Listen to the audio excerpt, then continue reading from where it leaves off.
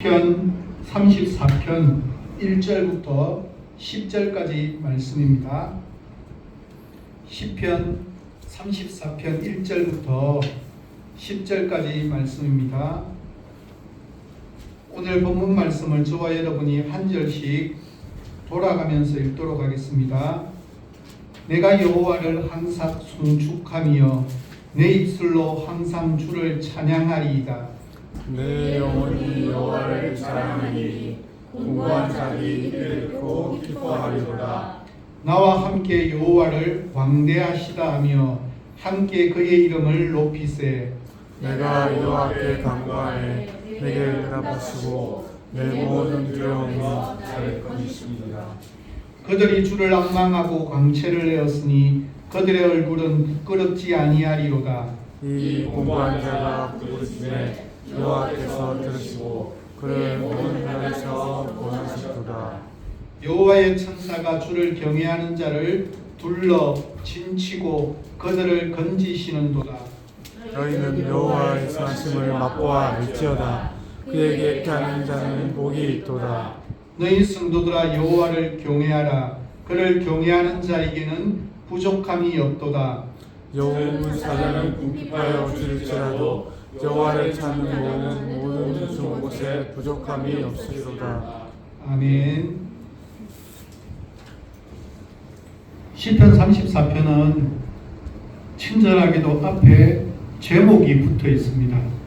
제목이 뭐라고 되어 있는가 하면 다윗이 아비멜렉 앞에서 미친 채 하다가 쫓겨나서 지은 시라고 그렇게 제목이 붙어 있습니다. 이 말은 사무엘상 21장을 보면 하반절에 가면 이 내용이 나온 이 배경이 기초로 되어서 지은 시라고 하는 뜻입니다. 블레셋 골리앗의 침공으로 이스라엘이 풍전등화의 위기에 놓여 있었습니다. 정말 나라가 위태로운 지경 가운데 있게 되었을 때 모든 사람들이 어찌할 수 없는 바로 그때에 다윗이 나서서 골리앗을 물리치고 이스라엘을 건졌습니다. 그래서 다윗의 인기가 하늘을 찌를 듯하게 솟아올라갔습니다.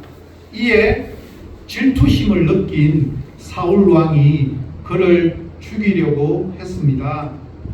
다윗을 죽이려고 하는 사울 왕의 집념이 얼마나 대단하였던지 다윗 한 사람을 살해하기 위해서 무려 그가 거느리고 있는 군사 3,000여 명으로 이루어진 특공대를 구성하기까지 했습니다. 그래서 이스라엘 내에서는 다윗이 더 이상 목숨을 유지할 수 있는 방법이 없어서 이스라엘을 도망쳐 나왔습니다. 그래서 어쩔 수 없이 이방 땅 가드왕 아비멜렉 앞에서 그를 찾아가서 그에게 자신의 목숨을 유지하기 위해서 찾아갔습니다. 하지만 그곳에서도 다윗의 목숨이 위태롭기는 마찬가지였습니다. 왜냐하면 자신을 언제 어느 순간에 무너뜨릴 수 있는 능력을 갖추고 있는 그가 온들 기뻐하고 맞아줄 리가 만무하기 때문입니다. 그래서 다윗은 이 위기 가운데 침을 질질 흘리면서 미친 사람 신용을 하고서야 겨우 그 위기를 벗어날 수가 있었습니다. 이러한 경험을 통해서 다윗이 지은 시가 바로 오늘 본문 시편 34편입니다. 다윗의 목숨이 위태로웠던 순간들을 한번 떠올려 보면 그는 자기가 잘 되거나 자기가 행복하거나 자신의 윤택을 위해서 그 길을 선택한 길이 아니었습니다.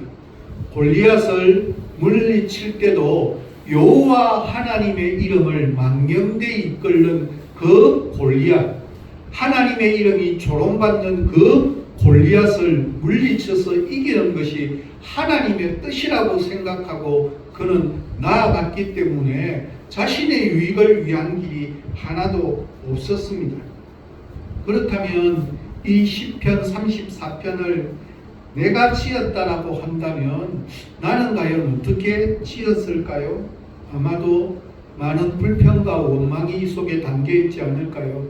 아니 하나님, 내가 하나님을 위해서 그렇게 골리앗과 맞서 싸우고 이겼는데 왜 나에게 이런 일이 쫓아옵니까? 하나님, 당신의 뜻을 따라가는 나를 왜 이렇게 버려두시느냐고 그렇게 원망할 수도 있지 않겠습니까? 이런 곤욕을 겪게 하시려고 나로 하여금 골리앗을 물리쳐서 이기게 하셨나라고. 정말 하나님은 살아계십니까? 라고 이렇게 하나님을 향해서 불평하고 원망하는 것이 너무나 당연하지 않을까? 라고 생각해 봅니다. 그러나 다윗은 이런 절박한 상황 속에서도 뜻밖에도 이렇게 고백을 합니다. 오늘 본문 10절입니다. 젊은 사자는 궁핍하여 줄일지라도 여호와를 찾는 자는 모든 좋은 것에 아무런 부족함이 없으리로다. 사자는 백수의 왕이라고 그렇게 일컬어집니다. 그 중에서도 젊은 사자라고 한다면 가장 잘하는 것에 더 잘하는, 그래서 가장의 가장, 그러니까 모든 것을 완벽하게 갖춘 존재를 의미합니다. 그 젊은 사자가 궁핍하여서 배가 고파서 줄이는 경우가 있을까? 결코 있을 수가 없다라는 뜻입니다. 그럼에도 불구하고 그런 젊은 사자에게마저도 그런 경우가 생길 수 있을지는 모르지만 하나님을 경외하는 사람에게는 언제나 모든 좋은 것에 부족함이 있을 수가 없다. 가장 좋은 것으로 우리를 인도한다라는 믿음의 고백입니다. 지금 다윗의 이런 믿음의 고백은 화려한 왕궁에 앉아서 편하게 지내면서 하고 있는 고백이 아니라는 사실입니다. 시편 34편의 제목처럼 다윗이 아비멜렉 앞에서 미친 체하며 지은 시입니다. 침을 질질 흘리면서 미친 신용을 하지 않고서는 자신의 목숨이 살아남을 수 없는 위태로운 지경 가운데서 이런 고백을 했습니다. 다윗은 본래 베들레헴의 양치기였습니다. 그것도 이름도 없는 양치기. 더군다나 집에서도 가장 천대받는, 가장 인정받지 못하는 막내 아들로 태어나서 형들은 룰루날라 할 수 있지만 막내였던 다윗은 언제나 가장 힘들고 어려운 일을 혼자서 도맡아서 처리하던 그였습니다.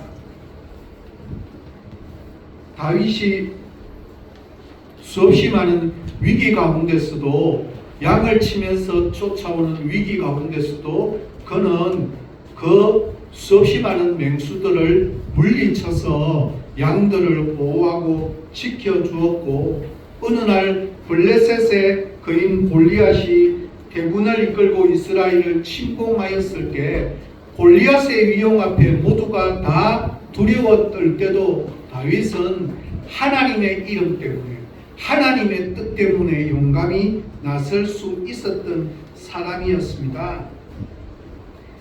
그랬던 다윗에게 돌아온 것은 왕으로부터 받는 시기와 질투뿐이었고, 다윗을 제거하기 위해서 얼마나 많은 급모술수가 있었는지 모릅니다. 그래서 이스라엘에서는 더 이상 살 수 없었던 다윗이 할 수 없이 선택한 길이었고, 그 길마저도 정말 고통의 길이었습니다. 그 이방 땅도 다윗에게는 결코 안전지대가 아니었습니다. 어쩔 수 없이 목숨만을 살고 싶어하는 다윗의 모습이었습니다. 침을 질질 흘리며 미친 사람 흉내를 내지 않고서는 생존조차 불가능했던 절망적으로만 보이는 그 상황 속에서 여호와를 찾는 자에게는 모든 좋은 것에 부족함이 없으리라는 이 고백이 어떻게 가능할 수 있었겠습니까?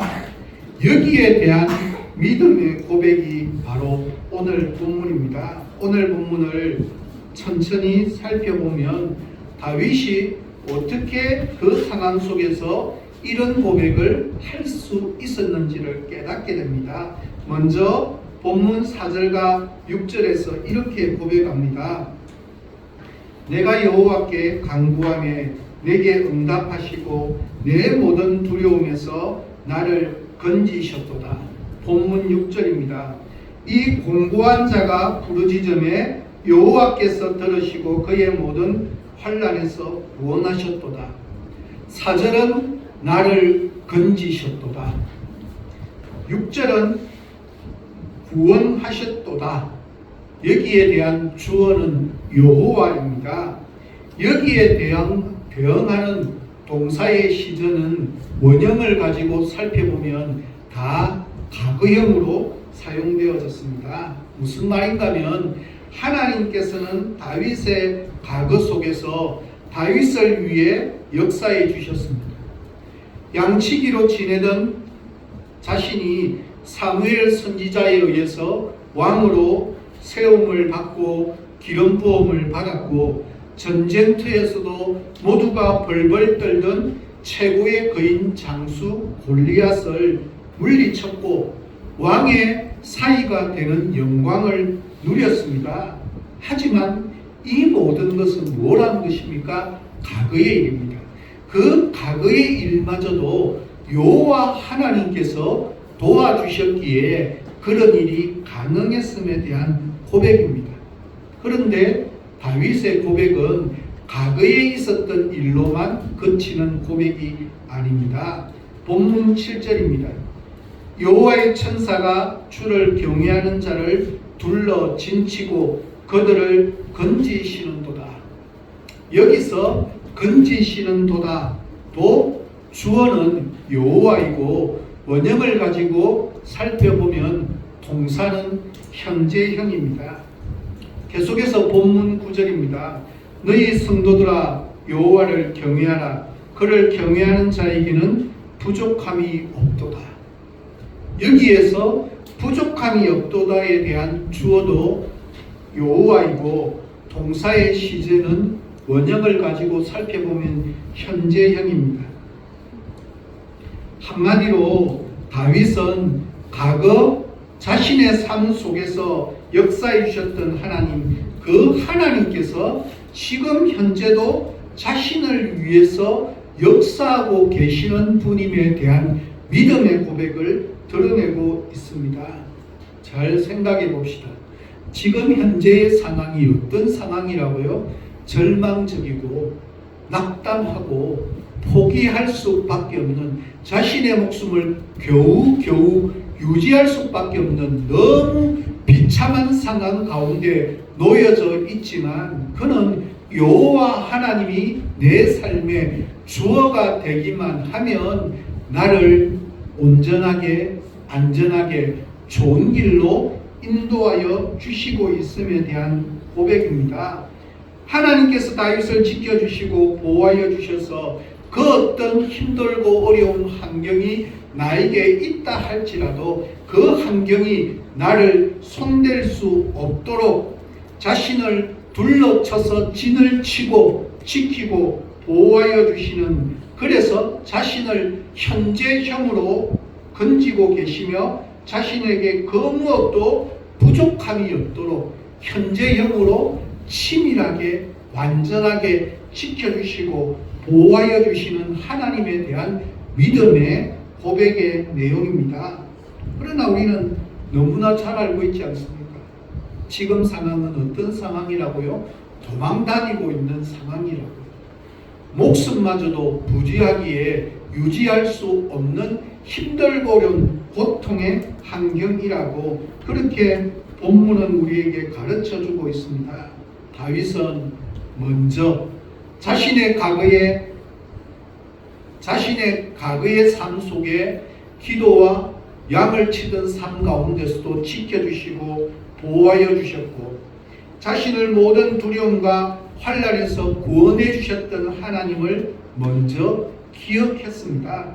그리고 그의 고백은 나의 과거에도 반드시 철저하게 온전하게 선한 길로 인도하셨던 그 하나님에 대한 고백이 먼저 나왔지만, 아울러서 그 과거의 하나님은 지금 현재에도 나를 지켜주시기 때문에 내 삶의 주인이 되시는 그 하나님을 기억하면 기억할수록 지금 현재 내가 처해져 있는 상황은 그렇게 중요하지 않음에 대한 믿음의 고백입니다. 과거에 대한 자신의 신앙 고백은 화려하고 좋았던 과거로 머물지 않고 현재의 절망적인 상황 가운데서도 반드시 이것을 피할 수 있는 하나님의 길이 있음에 대한 분명한 믿음의 고백입니다. 하나님께서는 지금도 자신을 현재형으로 건져주고 계시며 또 부족함이 없는 은혜로 여전히 지켜주고 있음에 대한 고백입니다. 그리고 이어지는 다윗의 믿음의 고백은 오늘 본문 10절입니다. 10절은 이렇게 이야기합니다. 젊은 사자는 궁핍하여 줄일지라도 여호와를 찾는 자는 모든 좋은 것에 부족함이 없으리로다. 부족함이 없으리로다에 대한 동사의 시제가 무엇인가 하면 원형을 가지고 살펴보면 미래형입니다. 무슨 뜻입니까? 자신의 과거 속에서 역사하신 하나님께서 현재 속에서도 나를 반드시 지켜주시고 보호하여 주실 것일 뿐만 아니라 미래 속에서도 나를 반드시 보호하여 주시고 책임져 주시는 하나님에 대한 믿음의 고백입니다. 이처럼 다윗에게 하나님은 자신의 과거나 현재 혹은 미래의 어느 한 시점에만 역사하는 하나님이 아닙니다. 하나님께서는 다윗의 과거와 현재와 그리고 미래까지도 통틀어서 역사하시는 하나님이셨습니다. 그러므로 다윗에게는 이 세상에 현재 처해진 상황은 고통스럽고 절망적인 상황일 수 있지만 그 어떤 상황도 문제가 될 수가 없었습니다. 아니, 어쩌면 오히려 그것은 다윗에게는 감사의 조건일 수 있었습니다. 어떤 상황이든 그것은 자신의 과거와 현재와 미래를 통틀어 역사하시는 하나님에 의해서 주어질 아주 조금도 부족함이 없는 미래를 향한 관문이었기 때문입니다. 이처럼 다윗은 미래뿐만 아니라 그의 현재와 과거의 의미조차도 하나님에 의해서 새로워질 수 있음을 믿었습니다. 여기서 중요한 것은 과거, 현재, 미래 어느 것 하나 무시할 수 없지만 현재 나의 삶에 처해 있는 지금의 상황에서 나와 함께 하시는 하나님, 나의 삶의 주인이 되시는 야훼 하나님을 발견하고 깨닫고 고백하는 믿음의 모습이 없다면 하나님과 함께하는 믿음의 미래도 결코 있을 수가 없습니다.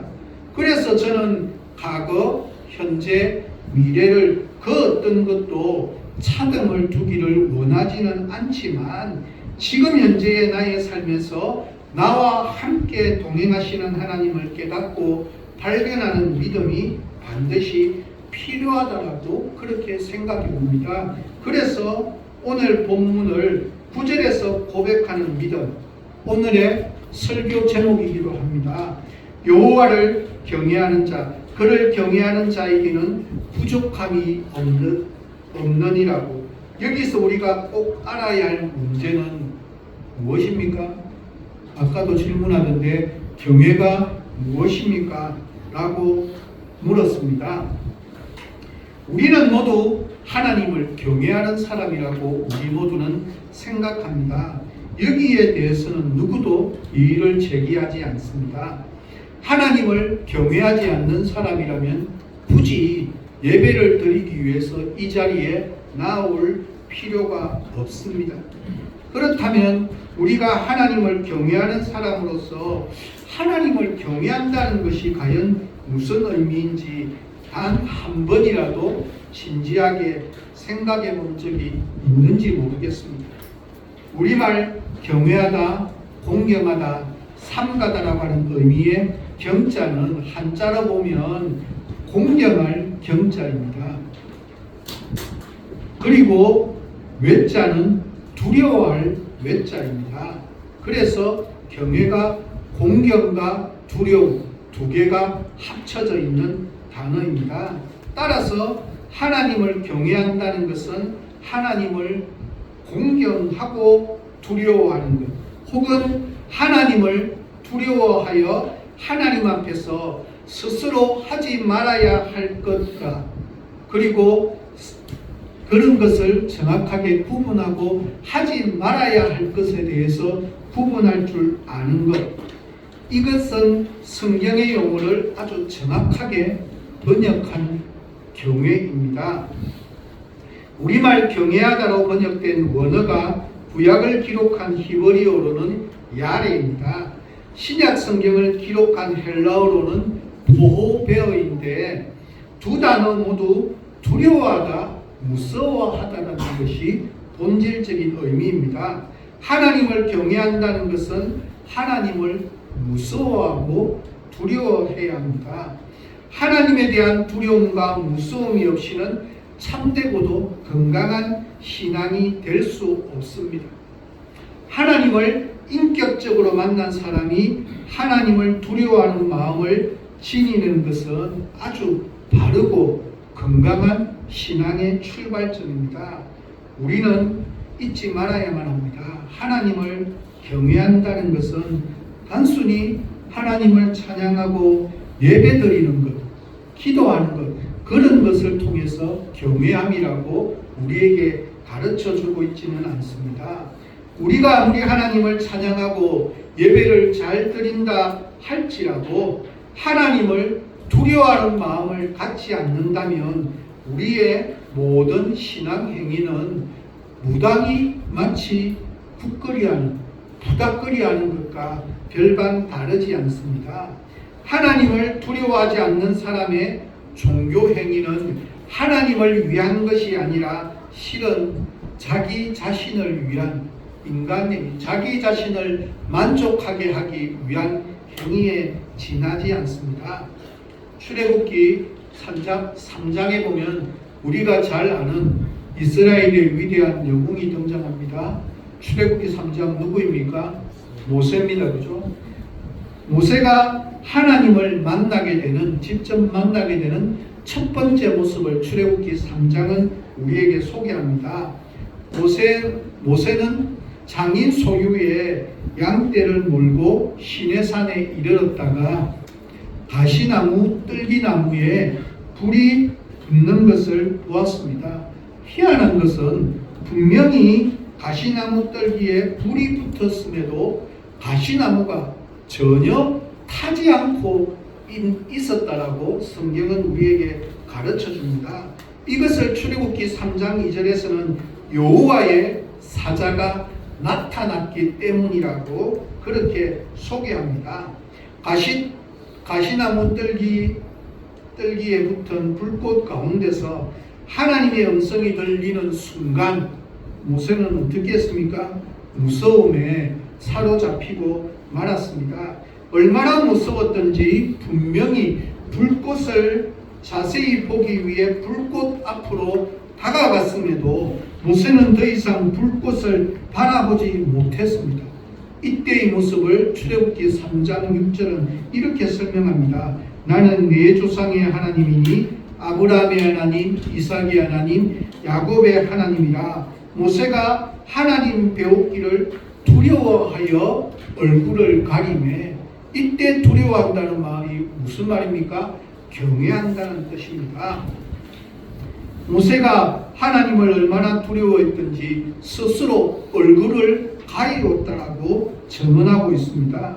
사실 모세는 이날 하나님을 직접 만난 것은 물론 처음이었지만 최소한 어릴 때 어머니의 품속에서 자라면서 젖을 먹으면서 끊임없이 어머니로부터 들었던 이스라엘의 역사에 관계된 이야기, 아브람과 이삭과 야곱과 요셉에 관계된 수없이 많은 이스라엘의 하나님과의 관계에 대한 이야기를 어머니로부터 들었으니 틀림없음을 우리는 잘 알고 있습니다. 자신의 정체성이 뭔지, 자신의 나라가 어떤 나라였던지, 그랬기에 그는 그의 나이 40세가 되었을 때 애국 왕자의 신분이었지만 그것을 가감히 포기하고 이스라엘을 구하기 위해서 나설 수가 있었습니다.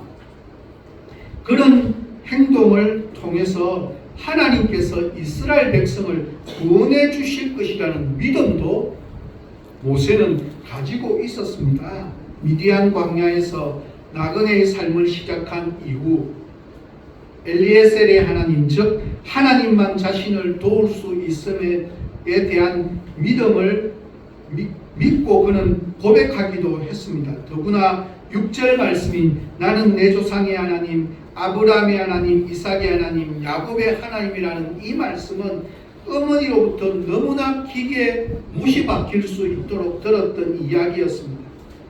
만약 그날 모세가 하나님을 전혀 의식하지 않은 상태에서 만나게 되었다면 그는 평소에 알던 하나님과 다른 하나님이었다면 모세가 무서워하는 것은 충분히 있을 수 있는 일이었습니다. 그러나 그날 모세에게 나타나신 하나님께서는 모세가 어머니를 통해 들었던 하나님, 조상 대대로 듣고 알고 있던 여호와 하나님이라고 그렇게 소개하고 있습니다. 그렇다면 그것은 무서워해야 될 일이 아니라 이때 모세의 나이가 몇 살이었습니까?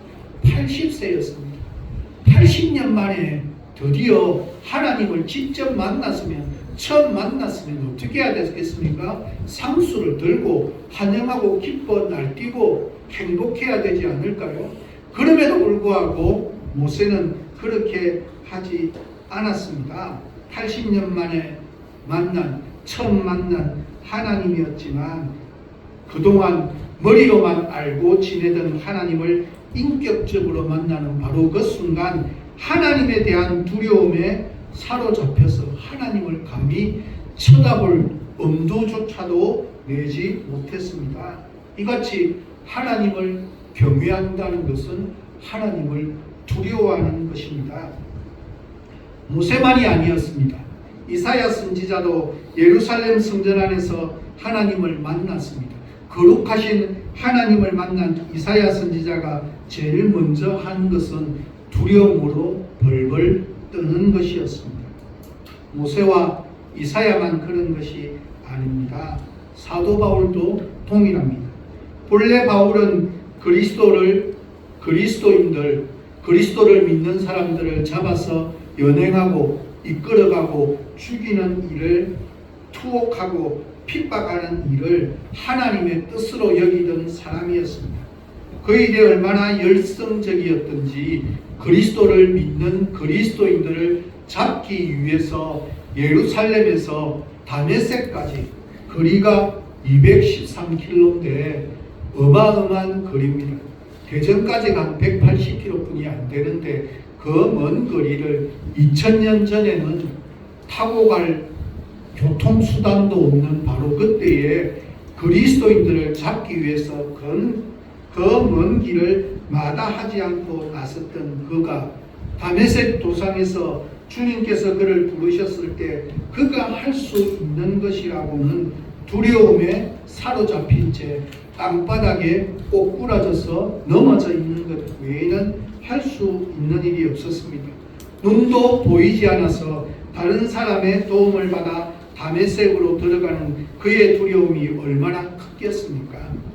이처럼 하나님을 단순히 책을 통해서 아니면 납비들을 통해서 배우고 알았던 하나님을 진짜 인격적으로 만나는 경험에는 반드시 두려움이 찾아오게 되어 있습니다.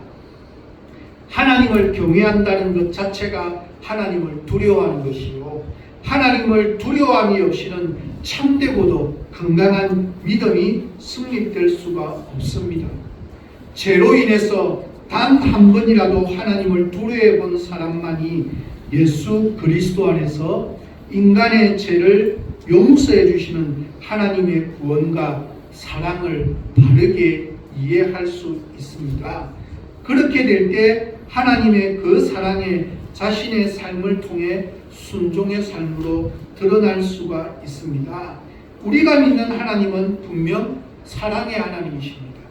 그러나 내 인생 가운데 하나님을 경외함으로, 하나님을 두려워함으로, 하나님을 두려움과 경외함으로 나타나게 되는 인생의 믿음의 경험이 우리의 삶 가운데 반드시 있을 수 있어야만 한다는 사실입니다.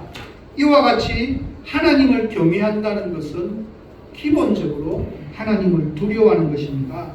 창세기부터 요한계시록에 이르기까지 하나님을 경외하라고 하는 말은 모두 하나님을 두려워하라는 말이요, 하나님을 두려워한다는 말은 모두 경외하라는 말입니다.